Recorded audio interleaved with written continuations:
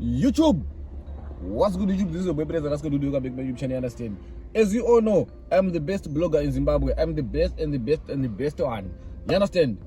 If it's the first time, please like, comment, share, subscribe my YouTube channel for more and more content. You understand? Let's go it, baby. Subscribe while I'm waiting for you. Because you know what? The information that I'm giving you is information even by Google.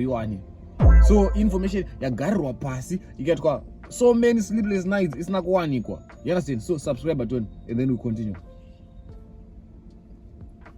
You done? Yeah, boy. Let's get into the story today. Yeah man. Yo. Hold on. Guys, before that time of this video, I just wanna appreciate you all. I just wanna thank you all guys for supporting me. You understand? Yes, there's I don't wanna lie. This is now around 25 euros to watch you understand? And I just wanna thank my loyal fans. There's a Murugunditira. Murugona Munaraba boys. Uyumunu. Wanna take that boys. I'm wearing down with you. I just wanna thank you guys. Nema gifts I'm people guys. Last time like I said, I gift me money. My pounds or something as currency. But if I got some Mario and get roughly 400 something rands, 460 something rands. I think Zimbabwe Mario maybe is something like nearly 30 years, right? Yo, that's a lot, guys. Ngopa munu ngote amana appreciate us all tipa all content all tipa no go tenda munu go send something like a gift. Yo, I just wanna thank you guys. So before we get into this story, we all know we have 4 couples in Zimbabwe. And those 4 couples, those and Rakutaka Kumbita, Menengunas, Ndikuze Mari Zavanobata paYoutube. You understand? Those are in relationship, data private, but people, yeah, one makaposa. Most of you don't know that you can monetize your relationships. Trust me. Take notes from me. You can monetize your relationships. You can monetize hatred, especially in Nini. I'm proud of myself. Why? Because I managed to monetize the hate that they give me. Yet I don't even monetize like some US. Those what pakupera kumwedzi ndinowana mari kuvengwa. Same is tight. You understand? So don't be just sitting there doing nothing, hating people that are doing something in their life. You're probably a broke guy, broke person who is hating someone doing his own shit in life. Don't be a hater. You understand? You can't be hating praise. The best blogger in Zimbabwe, the best gossiper. That praise that you are hating, you hate Arguita Mari, that same praise you are hating, you own the car. But yeah, that's not the topic for today, understand? So let's get into the story. So now my couples that now 4. We have Tytie, Kim and Tanaka, a Nyathi family, and Rynesu. Don't 4 my big couples at no Ziam Zimbabwe, Wakatanga content couples content. Oro, 4 Baruku Pizza guys.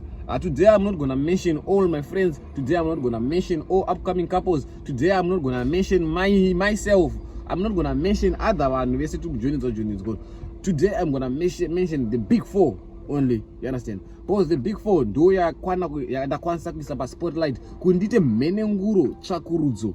Maize kuti imari yavari kumboriska life out there putting on social media. You understand? So yeah, let's get into the video. Today we're gonna start with Kim and Tanaka. You understand? And yeah, let's see what I know I can't start with Kim and Tanaka, or let me do this. Let me start with the hierarchy. Let me start from wekupedzisira going kune wekutanga. You understand? So yeah, let's get into the video. Hoyo, couple number 4 is Nyathi family. Nyathi family no gadzira from $16 to $257 per month on YouTube, or $193 to $3,001K on YouTube per year. On number 3 vanotirwa neKim and Tanaka. Kim and Tanaka vanokwanisa kugadzira $45 to $713 US per month. Vanokwanisa zvakare kugadzira $535 to $8,000.6K per year. On number 3 vanotirwa naTytie. Tytie anokwanisa kugadzira from $47 to $758 per month. Anokwanisa zvakare kugadzira $569 to $9,100 per year. Then on number 1 tine Rynesu. Rynesu anokwanisa kugadzira from $100 to $1,700,000 per month, or vanokwanisa kugadzira zvakare $1,000.2 to 20,000 US dollars per year. Yo, that's crazy. That's our number one couple, Rynesu. Yo. I bet guys, thank you guys for watching the video to the end. Please like, comment, share, and subscribe my YouTube channel for more and more content. You understand? You understand? People are making money out there. People that are changing lives. And remember, this is my YouTube only. Kuni married Facebook. Married Facebook is probably more than married YouTube. You understand? So yeah, people are making money out there. People, they manage to monetize their relationships out there. And when now you're out there talking nonsense, commenting, do you even know your comment is Dora? Papa, this game. That's why people, they say, please like, comment, share, and subscribe. If you like and comment, Dora. You understand? You don't know what type of shit you're giving me, man. In disguise, a blessing in disguise. You understand? So I beg you, thank you for watching the video. Please like, comment, share, subscribe my channel for more and more content. Understand? More content coming. Go check out my vlogs. Go check out my content. Subscribe. You understand? Kuneva start join my memberships. The content and cheap my members. Please join subscription. I think it's something like 20 rand a month or something. But now for Thanksgiving. Munaona badala kan thanks papo. You know ni kandro ka dola kutenga airtime imomo. You understand? But that's if kana uchida une moyo wekupa. You understand? So I beg guys, thank you for watching the video to the end. Please like, comment, share, subscribe my YouTube channel. Road to 7,000 subscribers and road to 20,000 subscribers this year, babe, or more. You understand? I love you guys.